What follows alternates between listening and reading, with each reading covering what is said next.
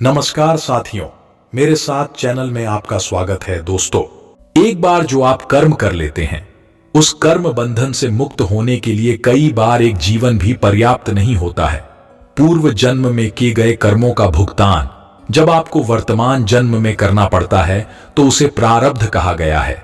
भीष्म पितामह बाणों की शैया पर सोए हुए थे और अंत काल में उन्होंने भगवान कृष्ण से प्रश्न किया कि ऐसा क्या कारण हुआ कि उनका अंत समय इतना भयावह हो गया। श्री कृष्ण ने उत्तर दिया, आपने किसी पूर्व जन्म में अनजाने में एक सर्प को नुकीली झाड़ियों पर फेंक दिया था, जिससे बींधकर वह मृत्यु को प्राप्त हुआ था। अनेक जन्मों तक वह अनजाने में किया दुष्कर्म आपका पीछा करता रहा, पर आपके अच्छे कर्मों के प्रभाव का परिणाम था कि वह आपको छू भी नहीं पाया। परंतु इस जन्म में जब आप द्रौपदी के अपमान के समय शांत रहे तो आपके द्वारा किया गया पाप कर्म आपकी सभी पुण्य कर्मों पर भारी पड़ गया, जिसका परिणाम है कि आज आप बाणों की शैया पर उसी सांप की भांति लेटे हुए हैं। जीवन में दोष चाहे इस कर्म के होंगे अथवा पूर्व जन्म के, और यह दोष बार बार आपकी प्रगति में बाधा उत्पन्न करेंगे।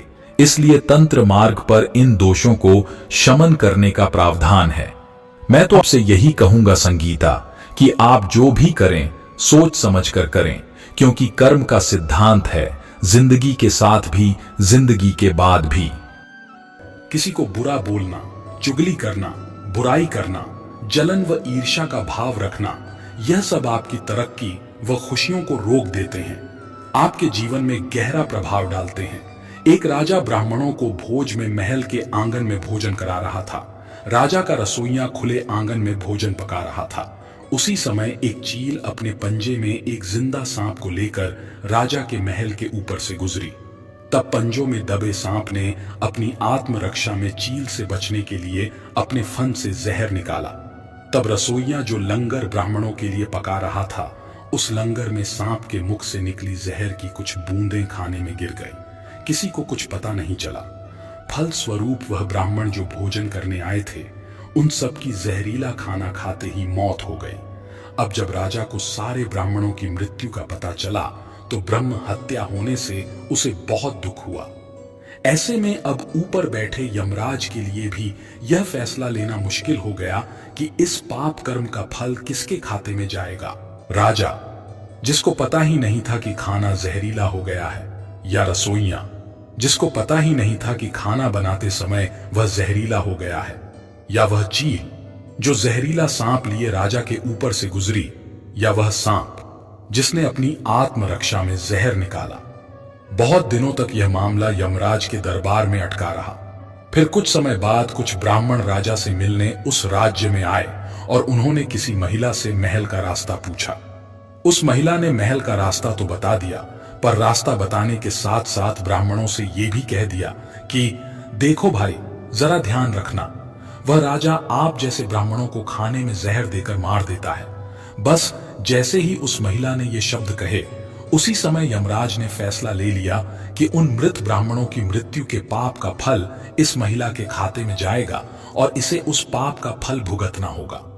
यमराज के दूतों ने पूछा, प्रभु ऐसा क्यों, जबकि उन मृत ब्राह्मणों की हत्या में उस महिला की कोई भूमिका भी नहीं थी।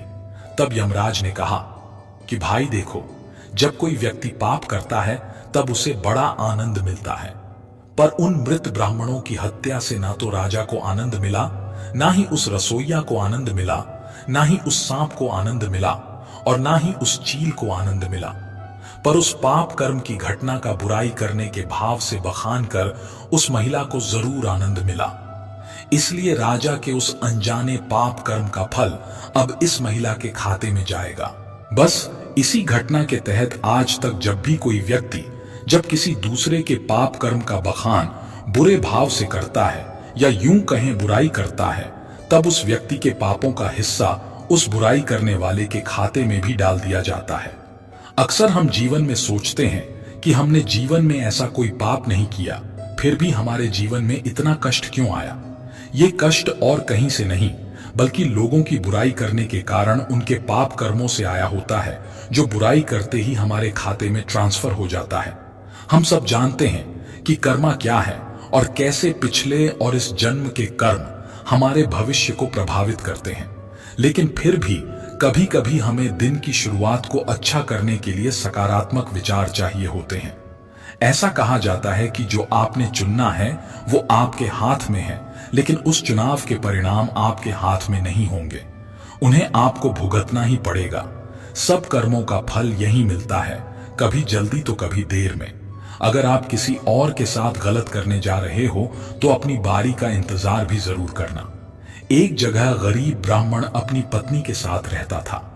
एक दिन ब्राह्मण गांव जा रहा था, तब एक चिड़िया एक मछली पकड़कर एक खेत में खाने की तैयारी कर रही थी। ब्राह्मण ने चिड़िया की चोंच से मछली छीन ली।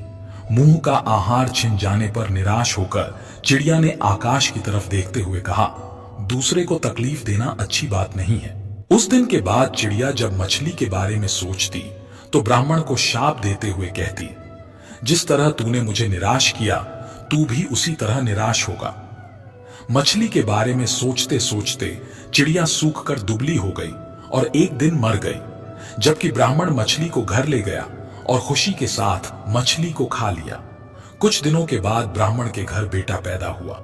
लड़का देखने में इतना सुंदर था कि जो उसे देखता गोद में उठा लेता था। मां बाप उसे देखकर भूख प्यास भूल जाते। धीरे धीरे लड़का बड़ा हो गया। रूप गुण से भरपूर लड़के को देखकर मां बाप की खुशी का ठिकाना नहीं था। लड़का इतना प्यारा था कि मां बाप उस पर जान छिड़कते थे। लड़का जब युवक बन गया तभी विधाता की विडंबना के चलते निष्ठुर काल ने ब्राह्मण ब्राह्मणी की खुशी छीन ली।